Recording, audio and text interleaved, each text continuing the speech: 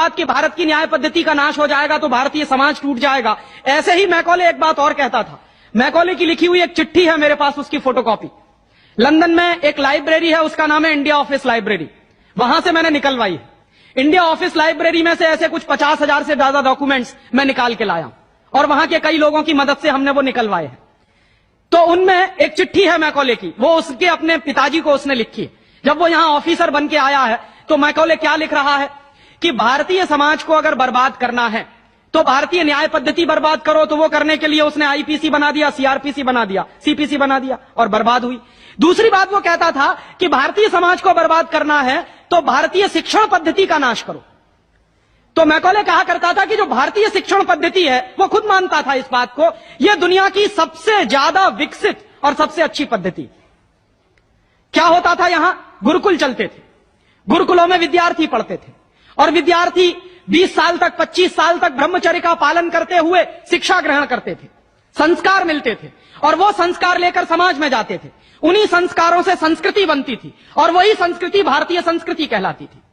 ऋषि थे, मुनि थे, बड़े बड़े ज्ञानी थे, महात्मा थे, वो गुरुकुलों को चलाया करते थे और सारे के सारे गुरुकुल जो चला करते थे उनमें वेदों का अध्ययन, पुराणों का अध्ययन, उपनिषदों का अध्ययन, जो भारतीय ज्ञान है, जो भारतीय मनीषा है, उन्हीं सबका अध्ययन संस्कृत के माध्यम से कराया जाता था। मैकॉले ने क्या किया कि गुरुकुलों का नाश अगर करना है तो उसने एक कानून बनाया। क्या कानून बनाया? संस्कृत में जितने विद्यालय इस देश में चलते थे, हिंदुस्तान में अंग्रेजों के जमाने में, उन सबको उसने इल्लीगल घोषित किया, गैर कानूनी। और उसने प्रतिबंध लगा दिया कि संस्कृत भाषा के माध्यम से कोई भी गुरुकुल चलेगा उसको अंग्रेजी सरकार मान्यता नहीं देगी। तो मान्यता किसको देगी?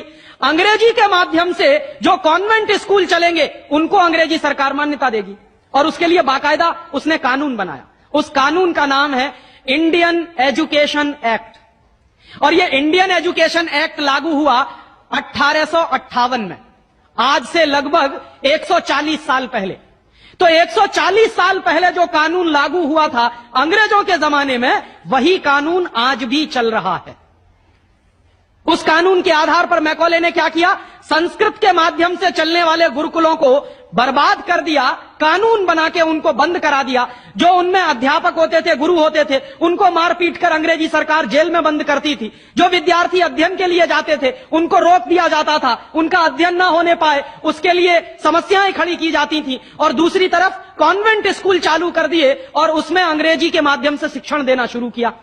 एक दिन उसने अपने बाप को चिट्ठी लिखी और इस चिट्ठी में उसने ये लिखा कि मैंने हिंदुस्तान में एक ऐसी शिक्षण पद्धति पैदा कर दी है जिसमें अगर हिंदुस्तानी विद्यार्थी पढ़ेंगे तो पढ़कर निकलने के बाद वो शरीर से हिंदुस्तानी होंगे, दिमाग से सब अंग्रेज हो जाएंगे। वो देख रहे हैं, अभी देख रहे हैं। तो शरीर से हिंदुस्तानी और दिमाग से अंग्रेज। तो मैकॉले दूसरी बात लिख रहा है उस चिट्ठी में कि जब वो शरीर से हिंदुस्तानी और दिमाग से अंग्रेज हो जाएंगे तो अंग्रेजों के हिसाब से सारे काम करेंगे। और वो विद्यार्थी जब कॉन्वेंट स्कूल में से निकलेंगे तो सबसे ज्यादा गालियां भारतीय संस्कृति को देंगे, सबसे ज्यादा गालियां अपने मां बाप को देंगे। कैसे? मॉम और डैड कह के। डैड माने होता है मरा हुआ और मम्मी माने होता है शव। इजिप्ट में आप जाइए, मिस्र एक देश है, वहां पे ममीज कहा जाता है किसको? मरे हुए आदमी के शव को। तो हमारी मां हो गई मम्मी, मम्मी, और पिताजी हो गए डैड। आया कहां से ये? मैकॉले ने डाल दिया हमारे दिमाग में। और मैं ये कहता हूं कि मैकॉले तो मर गया, उसका बाप भी मर गया, सब मर गए, भगवान उनकी आत्मा को शांति दे, लेकिन उसकी जो आत्मा है वो हम सब में प्रवेश कर गई है। और कैसे प्रवेश कर गई है? मैं आपको ये इतिहास की सच्चाई बता रहा हूं कि जिस जमाने में मैकॉले ने इस देश में सबसे पहला कॉन्वेंट स्कूल खोला था कलकत्ता में, वो कॉन्वेंट स्कूल चला नहीं, बंद हो गया। क्यों बंद हो गया? क्योंकि कोई भी भारतीय मां बाप अपने बच्चे को कॉन्वेंट में पढ़ाने को नहीं भेजता था। अंग्रेजों के जमाने की बात बता रहा हूं। अंग्रेज अपनी पूरी ताकत लगाकर भी इस देश में कॉन्वेंट स्कूल चला नहीं पाए, लेकिन अंग्रेजों